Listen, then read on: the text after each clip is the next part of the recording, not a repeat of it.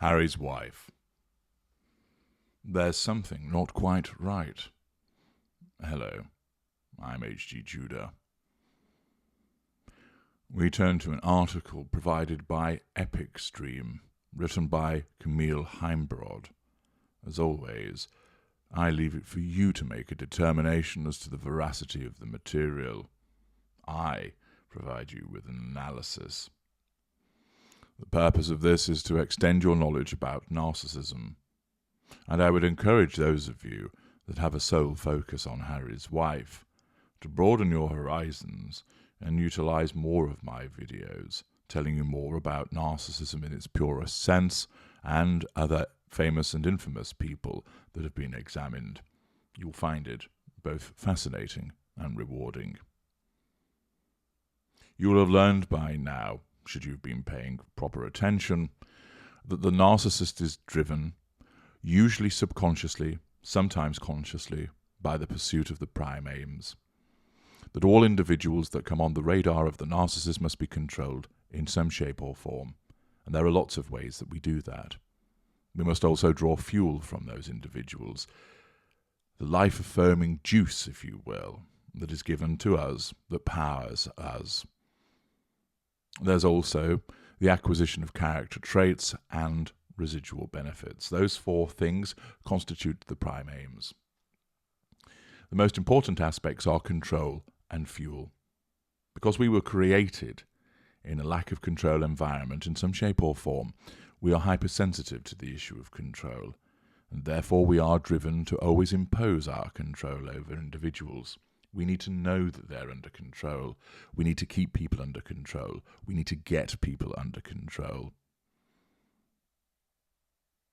A form of interaction that you would have with somebody may seem innocuous, but to us, a simple failure to invite us in, remember our birthday, offer us a cup of tea, is a threat to control, which can result in the narcissist responding with ignited fury. Not always.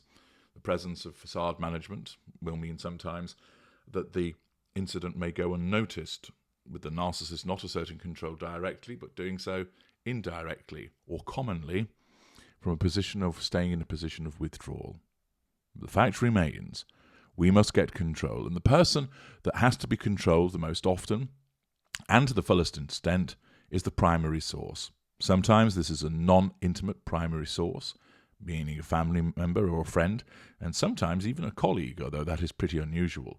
And more usually an intimate partner primary source, boyfriend, girlfriend, spouse, partner, cohab. Harry is the intimate partner primary source of Harry's wife, and he is controlled by her. Most of the time, he's under control.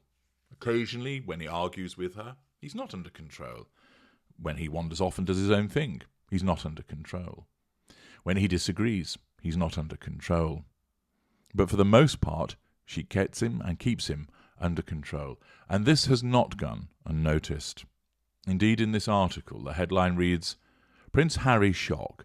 Harry's wife's husband potentially controlled by his wife? ? Former royal protection officer says something is not quite right with couple's relationship. Well, if there was an award for understatement of 2023, that would be it, to suggest there's something not quite right with their relationship. There's a lot that's wrong with the relationship.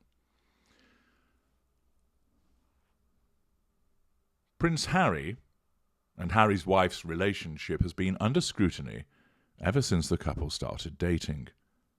After they tied the knot, negative stories about the Duke and Duchess of Sussex started circulating in the British press.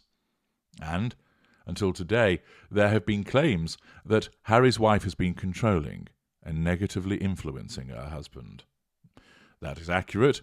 Why? 1, she's a narcissist, and that's what narcissists do. 2, there is the evidence that shows she's been doing this.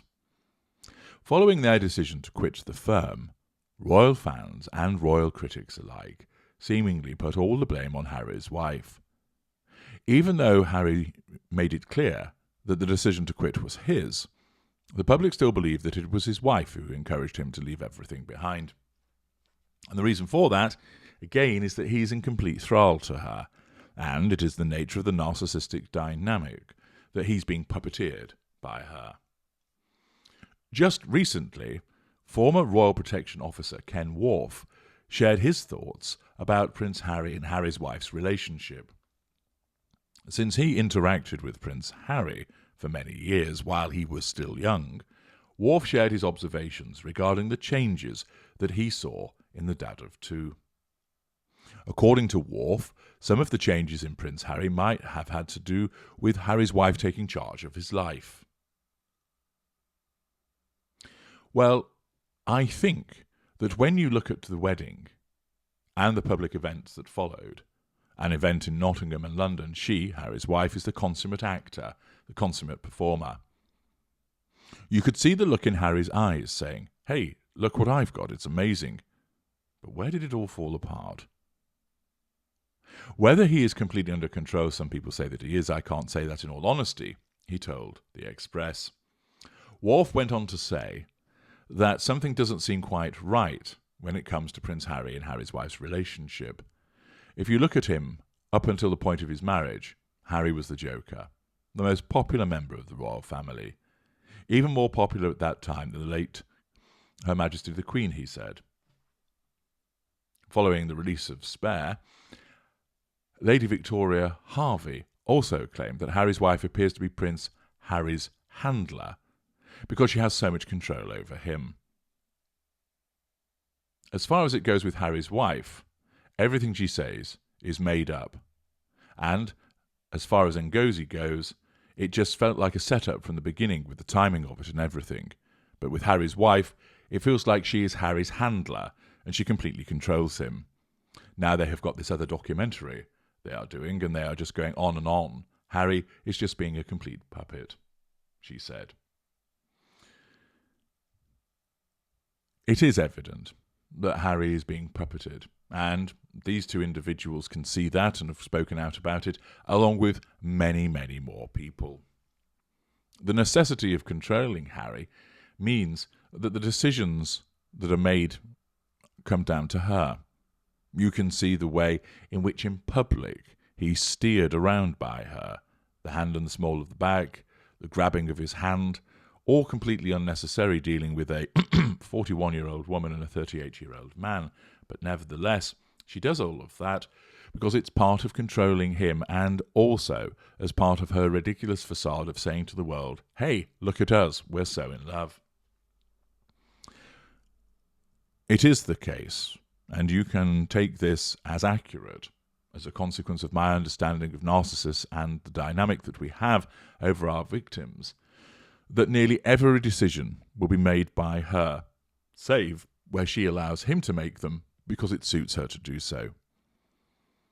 Her need for control is absolute, and he, as the intimate partner primary source, is the easiest controlled member of her fuel matrix that also supplies the most fuel character traits and residual benefits.